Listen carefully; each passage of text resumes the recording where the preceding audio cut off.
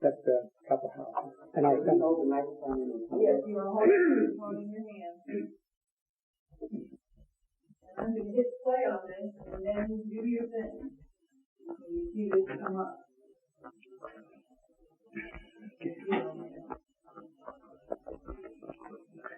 The film you are about to see was produced in its entirety by Father Ignnatius Wagner, whose dream and project it was to make Brunnerdale High School Seminary a reality. It is noteworthy that he put on movie film the construction of Brunnerdale in the years 1930-1931. As we view this film 65 years later, we realize his undertaking. There was no sound provided, and I was asked to supply words to supplement the silent film. My name is Brother Bernard Barga, and I am a member of the Missionaries of the Precious Blood, a Catholic religious order which founded Brunnerdale in 1931 for training high school age boys to become priests and brothers. The present location does not seem like an attractive setting to locate a seminary building. The area was undeveloped and seemingly not in high demand. From the scenes you are watching, it appeared that this was a somewhat forsaken place.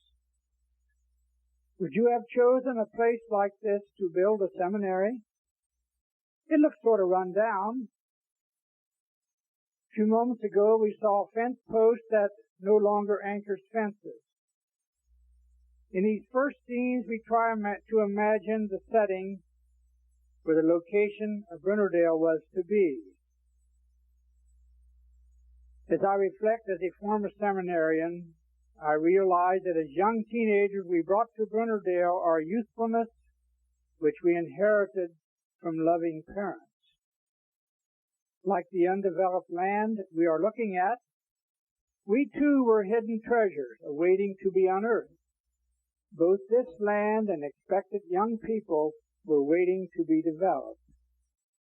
These pictures are somewhat hazy and unclear, much like the perceptiveness of young seminarians who came with hope for finding new insights to help direct us, our lives, as we engaged in prayer life, academic pursuits, and relationships with others who shared in a similar search. In these films, we could locate Brunnerdale Lake, which was shown a little bit earlier. The architect was standing at that site at Brunnerdale above the room where the building was and pointing towards the lake. This did not seem like a desirable plot of land at that time, but it turned out to be an excellent choice as we know it today. I feel fortunate to have lived at Brunnerdale as a student in the years 1943-1946. Throughout this film, I will relate thoughts of my days when I was a student here 50 years ago. I worked in our garden, which was not far from the present Brunnerdale Avenue. I do not remember Brunnerdale Avenue having a name at that time. It was a narrow gravel road, and only a dozen or so cars passed through the road in an afternoon's time. I recollect the lady driving her car on the road one afternoon and losing control of her car on the loose gravel, and the car overturned. We students were the first on the scene to offer her help. Fortunately, she was not injured in body, only in pride. When my relatives came to visit me the first time, they got lost and could not find Brunnerdale. They stopped to ask directions from people who lived within a few miles distance from Brunnerdale. To my parents' surprise, these people said they had never heard of Brunnerdale. Certainly it was tucked away in seclusion. Very soon after the original tract of ground was purchased, the Race brothers, who were a couple of aging bachelors, donated their adjoining farm to Brunnerdale. Not to be outdone in generosity, the Seifert brothers also donated their farm. In their declining years, both brother couples were adopted to be part of the Brunnerdale family. In the 1940s, Brunnerdale owned 540 acres of land. At the time that Brunnerdale was deeded to Glenmoor in 1989, there remained 390 acres of land, which now graces the golf course and elegant homes.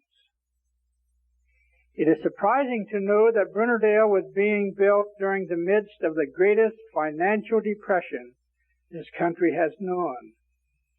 The priests and brothers who lived and ministered in the states across growing America lived very frugally and worked hard as community members to save money for building Brunnerdale. The total cost for financing the building you are seeing constructed was $500,000. Today, the cost for building some homes exceed that amount. $500,000 does not seem like much today, but at that time it was a big financial venture, when it was not uncommon for a person to earn less than $1 a day wages. The construction of this impressive building was a blessing for the people working in Stark County. In addition to furnishing paying jobs and putting people to work, supplies were needed for constructing the building and furnishing the interior. This helped local businesses in these difficult financial times. It is interesting to note that the cars shown here are very different from those parked in front of the building today. And certainly there was no valet service. Yet these workers were very proud of their cars and possibly appreciated their cars more than we do today as valued possessions. Automobiles as Model T Fords and later updated models were finding their way into society.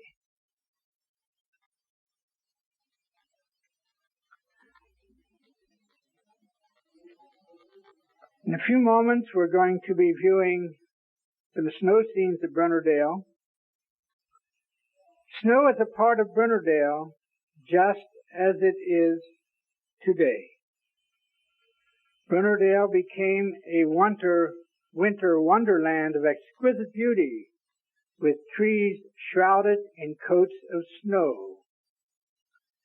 Students like I, who came from level terrain farm area in western Ohio, and those from the wheatlands of western Kansas, marveled at the height of the surrounding hills.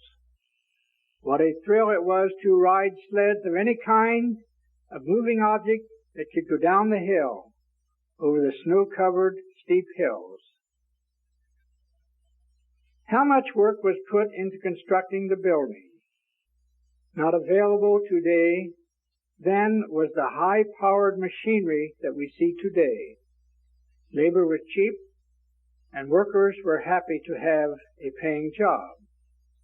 The drive coming into Brunnerdale Avenue was a winding road way back then. It is now much wider and passable, but it still has the charm of pleasant surprise and exciting beauty that awaits one around each corner. I remember the first time I saw Brunnerdale when I came as a student in 1943. One drove up the road, winding through the woods, and suddenly at the last curve, there was a panoramic view of Brunnerdale, suddenly appearing from seeming nowhere. At that time, there were no homes along the way, but only lush trees and wildlife growth. It was like going from a wilderness to find a beautiful castle in Wonderland. The people constructing this building were average people, just like you and I, facing life in a similar way. Most of them have passed on.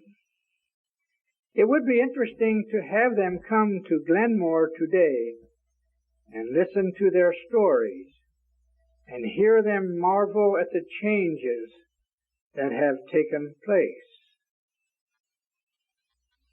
Have you ever looked at the early stages of a human being formed in a mother's womb? One can hardly recognize that a new person is being formed. These pictures are similar in that we cannot recognize what part of the building is being constructed. We need to be patient and wait. As in the case of a new person being formed inside a mother's womb, we know that someday this new building will emerge. It will be christened Brunnerdale. The building is beginning to take shape. Students will be arriving in the fall to take up residence.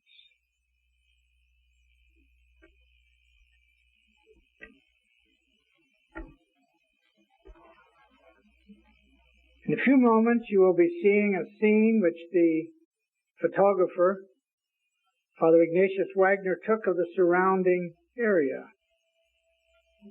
You will see some homesteads in the distance. You will see the home of the Schaffrath, which was north of the Brunnerdale building. Do you remember Dick Schaffrath, who was an All-American football lineman for Ohio State University, and later an outstanding lineman for the Cleveland Browns? He is now the state representative from Loudonville. The building you see in the background was his grandparents' home. In the 1940s, we called this Beaver Dam, which was the place where the pigs were kept.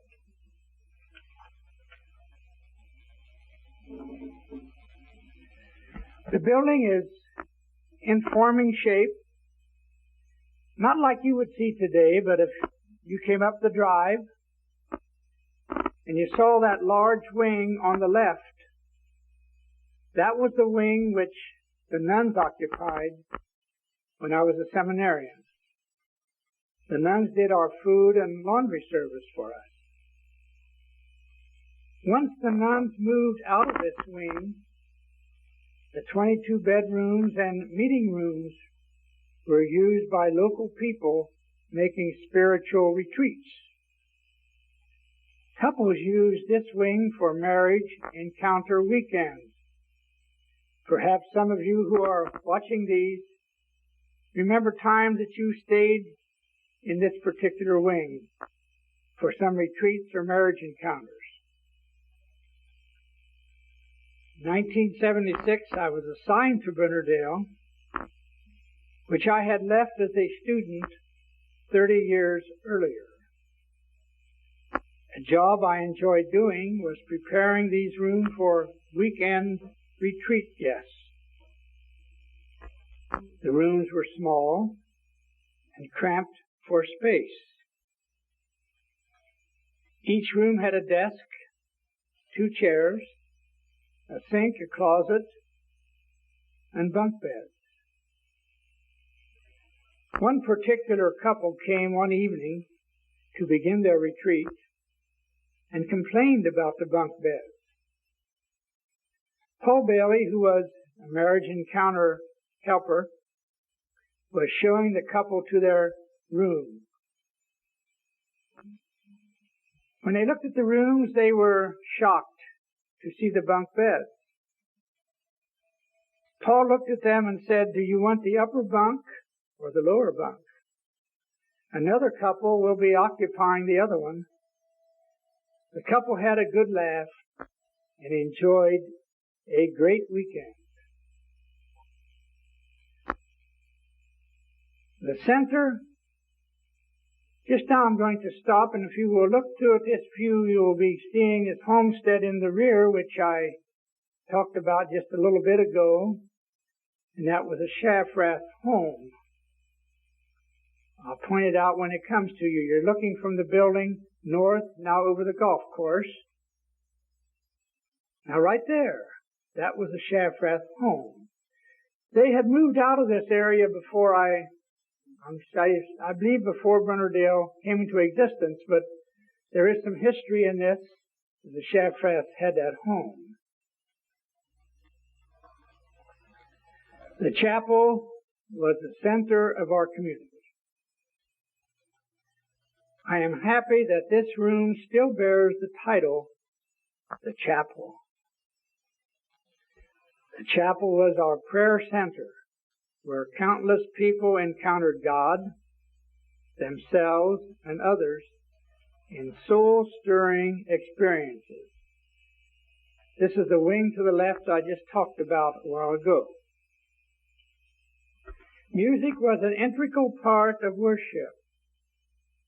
Each student was issued a hymnal, which contained 2,000 pages of Gregorian chant music, which we students practiced meticulously.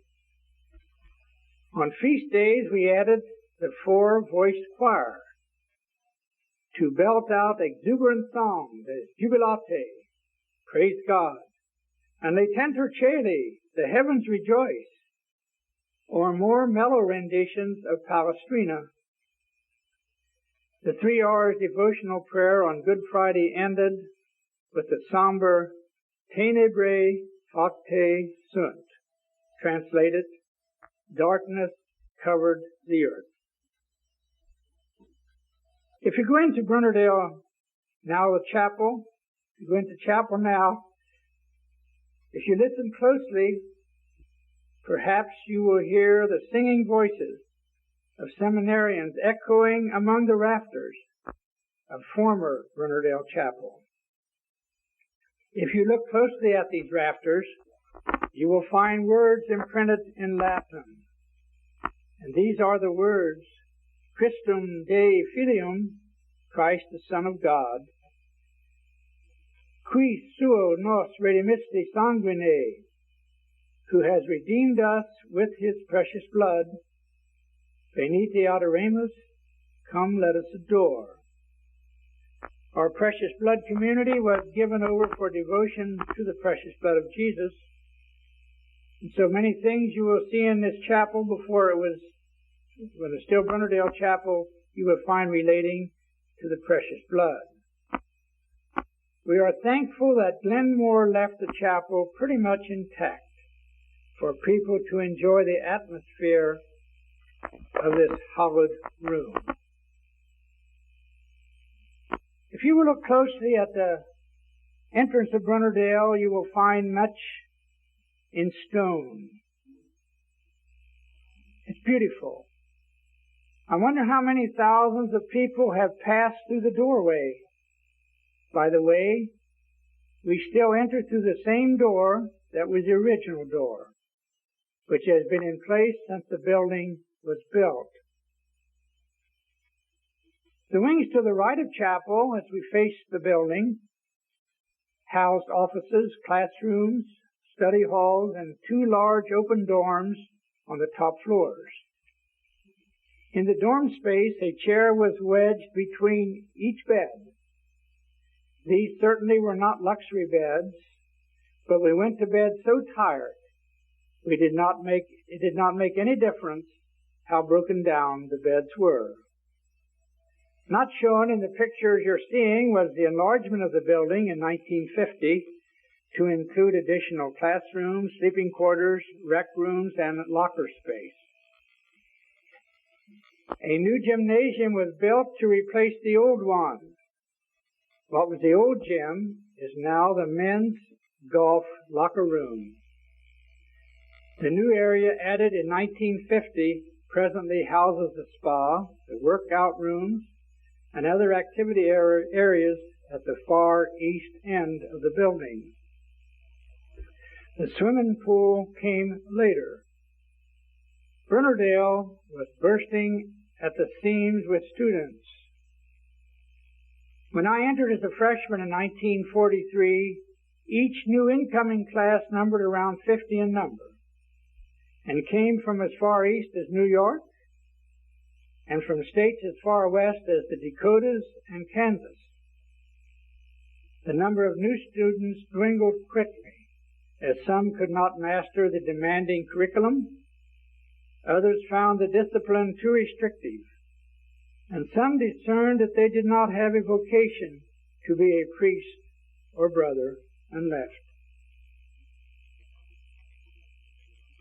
Others could not bear the pain of being separated from their families. Many nights my pillow was wet with tears I shed in the darkness of night. It was a sacrifice for a young boy to leave home, but I decided to stick it out, which is a decision I have never regretted. In 1965, Brunnerdale reached its highest number, which exceeded 300 students, and was the largest enrollment ever. Pardon me. In subsequent years, the numbers began to dwindle. By the end of 1980-81 school year, we finished up with a total of 24 students in all 4 grades. High school seminaries across the country phased out. Brunnerdale High School closed in 1981.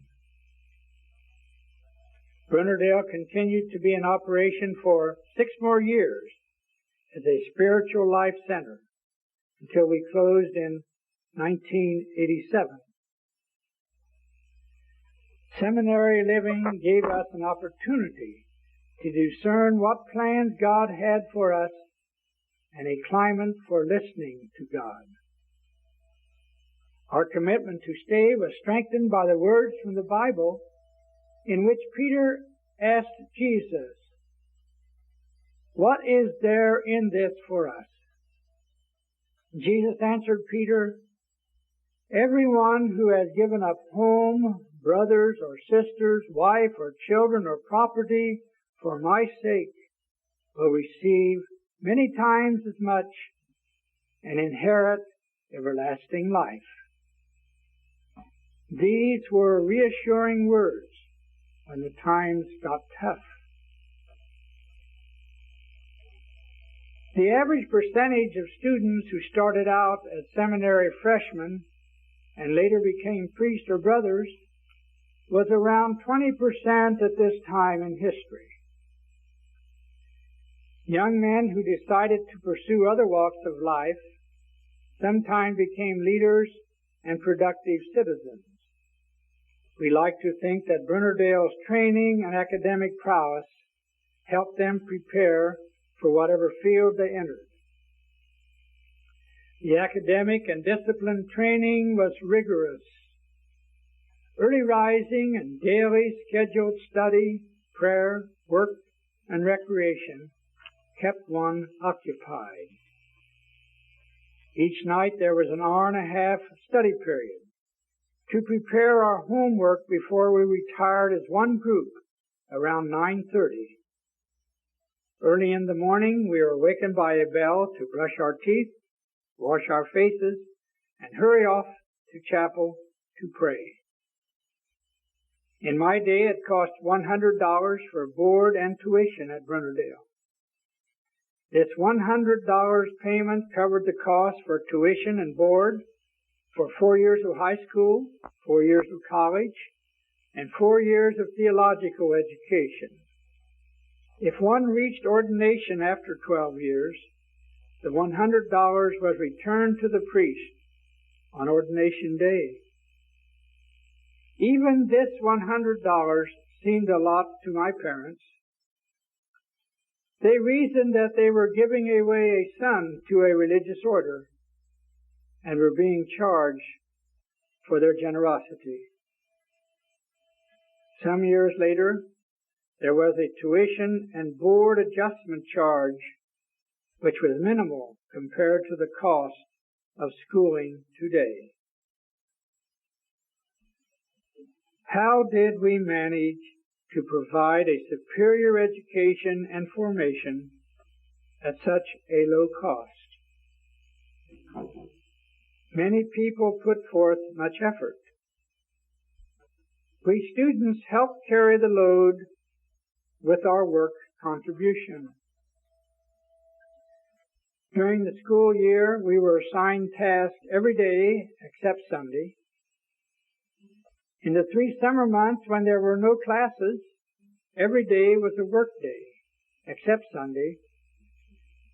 And Sunday started out with an early morning mass and prayers, and then after breakfast, a second mass celebration. The rest of the day we had pretty much for ourselves.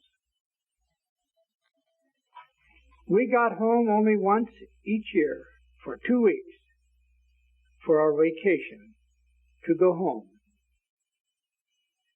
We had a farm, milking cows, beef cows and pigs to keep meat on the table, and chickens to furnish eggs. We also had a big garden. I worked in the garden, which furnished vegetables for the table. The sisters canned vegetables and fruit to hold us over the winter. There was an orchard and a big vineyard. The orchard is next to the present-day lake on the west side, where now there are homes. Some grapes from our vineyard were put on our table to eat, but we never had wine. Wine was reserved for priests to use for Mass. We did not get home for Christmas, and I will never forget the sack of candy given to each of us by Haggie's Candies, which is still in operation in Canton today. Their candy was as delicious then as it is today. So many people were looking out for our well-being. We felt that we were well cared for. Students helped earn their keep by jobs as lawn care, house cleaning, carpenters, electricians, plumbers, kitchen help, and any kinds of jobs to keep the seminary in operation. Some students were selected to be barbers. Until the new barber achieved some expertise for cutting hair, some haircuts looked more like a butchering job. But what was the difference? We did not get off the premises for anyone to notice. Brunnerdale was fairly self-sufficient. We learned trades that would come in handy later in life. It was jokingly but truthfully said, our priests and brothers know how to change a light bulb. Besides the 6 years of required Latin courses, we were also given courses in German to sustain some of the German heritage Father Brunner brought to us from Switzerland. Our professors were careful that we mastered the expression, Arbeit macht das Leben süß. Translated, work makes life sweet. Students were demanded to wear cassocks at all times, except at work and play. By the way, one could hide a lot of stuff under a loose-fitting cassock, and no one knew what one was wearing underneath the cassock either. New students had to wait from their time of entry in September until the Feast of St. Gaspar on December 29th to be awarded a cassock. We look forward to receiving our cassocks and to feel that we now belonged completely. Now we were dressed like the rest of the students, and we could discard our sweaters and our coats, our suit coats.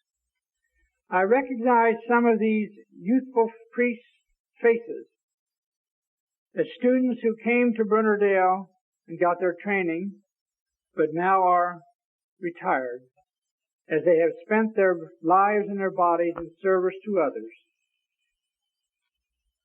Incidentally, some of them are retired at St. Charles, where I presently live.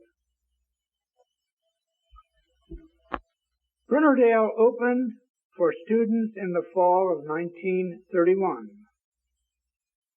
In August, the first wave of students were transferred from the high school seminary at Burkittsville, Ohio, in west central Ohio, to this new seminary called Brunnerdale. When they came, the place needed much working to become livable. First of all, there was a lot of landscaping to do. They had to set up beds and lockers and generally make the place livable. The sub-basement, as you see today, where your golf carts come out to go into the golf course, shows students walking through a tunnel about 3 feet wide to get out of the basement to the open. So you can see the great work that they had to put in. Now you're seeing some of the students in Catholics, and it seems like they were a jubilant bunch. These boys had left home as freshmen and sophomores at that time, and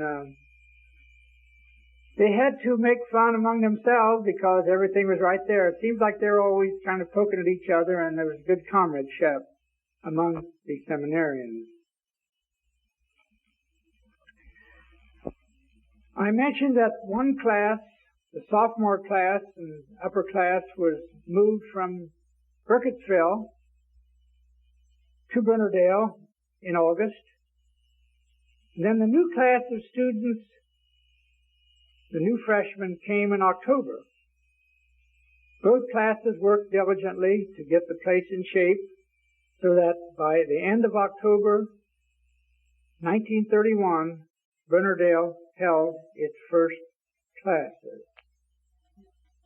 These scenes were taken very early. You can see the front of the building was still kind of mud roads and a lot of work. You can see the boys did have time for recreation too, which is very part of our life. They didn't have much, but they possibly had a whole lot.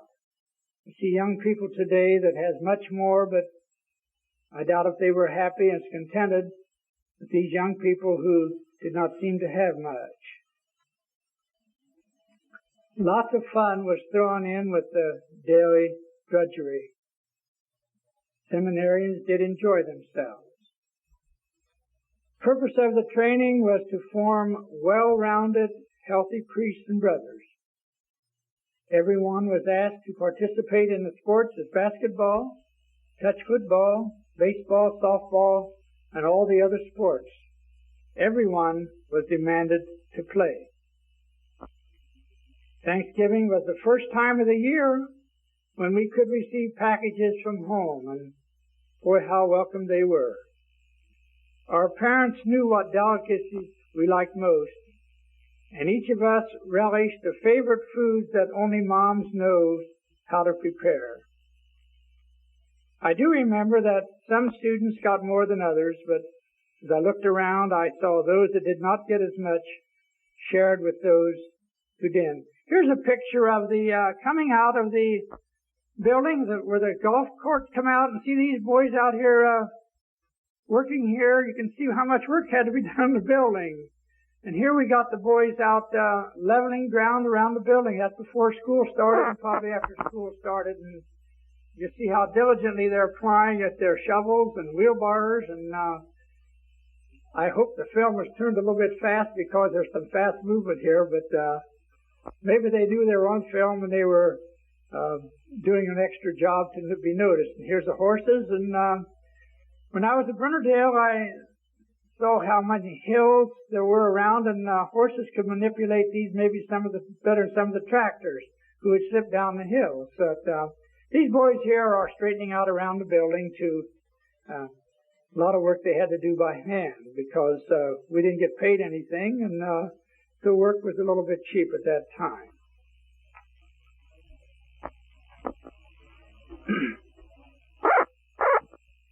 Let us just now take a step back in memory and look at Brunnerdale. I heard that Jack Nicklaus made the remark that the 7th hole in the Glenmoor golf course, which is the hole where you shoot across the lake to the 7th green, is a scene of the most beautiful setting of any golf course he's ever seen. Before we move on, let us remind ourselves that many lives were touched and shaped at Brunnerdale. People came to identify their gifts and have used some of what they received at Brunnerdale for helping others. What attracted people to Brunnerdale? I believe it can be summed up in these words. The call to live the gospel is a call to be free. Free to be ourselves so that we can be more for others, to be last so that we can be first, to give up what we have so that we can be enriched, to love others so that we can love ourselves. So thanks for letting me go down this memory lane with you, and it's just a pleasure that we can recall old memories because we can go through them and live our own lives in greater purpose. I love you. Brother Bernie, thank you. Malcolm.